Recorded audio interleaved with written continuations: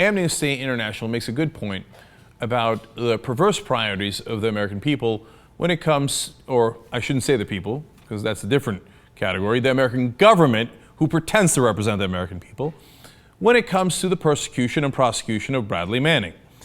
They said the government's priorities are upside down. The U.S. government has refused to investigate credible allegations of torture and other crimes under international law despite overwhelming evidence. Well, isn't that interesting? So, remember in the Apache helicopter video called, colloquially the collateral murder video that Bradley Manning released to WikiLeaks, 12 civilians are killed. First responders are killed when they come to help the civilians. Now, did any of those folks get prosecuted? The people who actually did the killing, the people who did the war crimes. We'll get to that in a second. All right, first, let me explain to you the laws of war. Article 85 of the first protocol to the Geneva Conventions describes making the civilian population or individual civilians the object of attack as a grave breach. Now, that is exactly what happened in the Apache helicopter video back in 2007 when we did that. It's on tape. We've all seen it. It's clear as day, okay? Now, of course, the military says, well, we didn't know they were civilians. Well, you shot them just in case. They didn't have any weapons. They said, well, the Reuters reporter on the scene had a camera. Well, how dare he? And we thought maybe it was a weapon, so we killed all 12 people near him.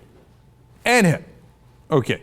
So that's a war crime to begin with, but hey, I know what the excuse everybody makes. War is hell, we get to kill civilians. After we started a war, we didn't need to start with a country that didn't attack us. That's an interesting point. But let me get to something even more serious. Article 17 of the first protocol says civilian population shall be permitted, even on their own initiative, to collect and care for the wounded. Well, we didn't let them do that in that instance. You see, again, clear as day in the video, which we've shown on the Young Turks before, you can look it up. The first responders come to help the wounded, and we shoot at them too. Now, this is in the middle of our propaganda, in the middle of that war, saying our enemy is the worst of the worst. And one of the reasons that we said that is that when the Sunni insurgents would attack, sometimes they would do what's called a double tap. So a first car would explode, and then when first responders came in, a second car would explode, as an example. And that was described by us as the worst of war crimes. Well, you're right, but that's exactly what we did in the Apache helicopter video. In fact, we saw that they were first responders. We saw they were coming to help the wounded. We never saw any weapons. We shot and killed them anyway. There were 2 kids in one of the vans. I'll get to them in a second. The third war crime, Section 2710 of the Army Field. Maltreatment of dead bodies is a war crime. Well, that's very, very true. And what do we do in that case? Well, as you see in the video at the end, one of our armored vehicles comes by and runs over one of the dead bodies and splits the body in half. Now, desecration of the body. Look, I'm agnostic. I don't really care that much what happens to dead bodies, but it is a war crime. To me, attacking the first responders is very much worse. But we do have 3 literal war crimes here. And what did Bradley Manning do? Well, first of all, he said, I was, quote, disturbed by the response to the injured children, which is an excellent point because, you know what? Shooting at kids, that's kind of a terrible thing to do, right? And so he took it up to chain of command. Chain of command laughed him off, said, no, we're not going to do anything about this. And what happened next? Well, they said, sad day for you. You have no recourse. So he thought, no, I'm going to let the American people know about this, and he put that out there. But here's the interesting part. He had an obligation to do so. He would be violating the law if he didn't do so. Let me read you U.S. Army Subject Schedule number 27-1. You have the obligation to report all violations of the law of war. So if he had not reported those violations, he would have done something illegal. Instead, we tried him for doing the right thing. You're not supposed to carry out an illegal order. So when your bosses say, hey, you know what, we don't care that we killed the civilians, we killed the reporters, we killed the first responders, clean up, go home. You're supposed to report them. But no, he might get 136 years in prison for doing the right thing, and by the way, for doing the legal thing. During the Apache helicopter video shooting, you can clearly hear one of the pilots that say, quote, "Look at those dead bastards." There's some laughing, and the other one says, "Nice." And then when they see the kids that they shot at, they say, quote, "Well, it's their fault for bringing their kids into a battle."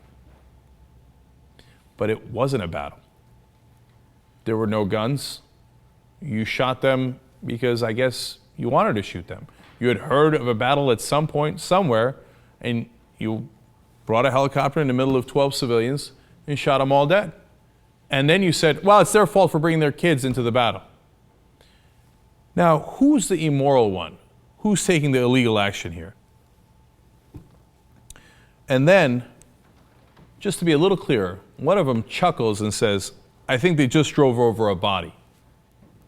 That's where they split the body in half with the armored vehicle.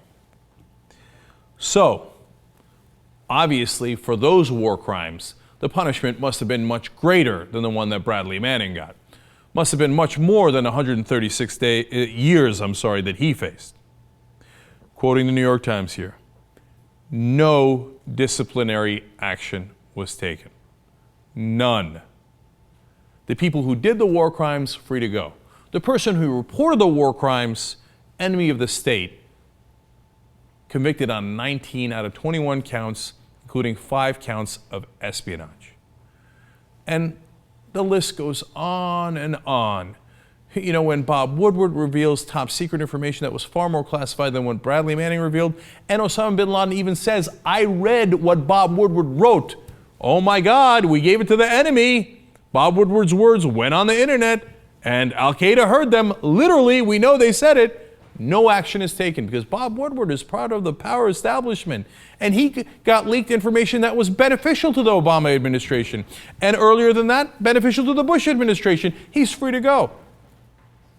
The people who did Abu Ghraib, the commander in charge of Abu Ghraib when we did all that torture, well, to be fair, he was punished. You know how much? He got an $8,000 fine. An $8,000 fine. 136 years is what Bradley Manning might get. 5 counts of espionage. Now, what do you think? Is it possible that David Sirota is right when he writes, now we see the same double standards in a government that prosecutes and convicts Manning, but doesn't discipline those who committed the crimes he exposed. He also says it is indeed a precedent endorsing punishment on the basis of political considerations and thus endorsing the idea that political threats to the government, as distinct from genuine national security threats, should be seen as villains. And the marching band went on. So Bradley Manning might spend certainly decades and maybe the rest of his life in prison, while all the people who did all the war crimes, all the torture, all the killings are free to go. In fact, of course, the famous words of President Obama were, we don't look backward, we only look forward. That is, of course, unless you made the grave mistake of embarrassing someone like President Obama and the rest of the establishment, in which case they will hunt you down for the rest of your life. Because killing people, torturing people, war crimes are no big deal to the establishment and to the Obama administration. What's a real big deal is hurting their feelings, embarrassing them just a tiny bit, costing them a little bit of political leverage, and tarnishing their legacy. How dare you, Bradley Manning? The reality is, the people who run our government now do not represent us. The one guy who is actually trying to look out for us and educate the American people about what our government's really up to, in this case, was Bradley Manning. American hero, once again, way past time to free Bradley Manning. They should do it tomorrow.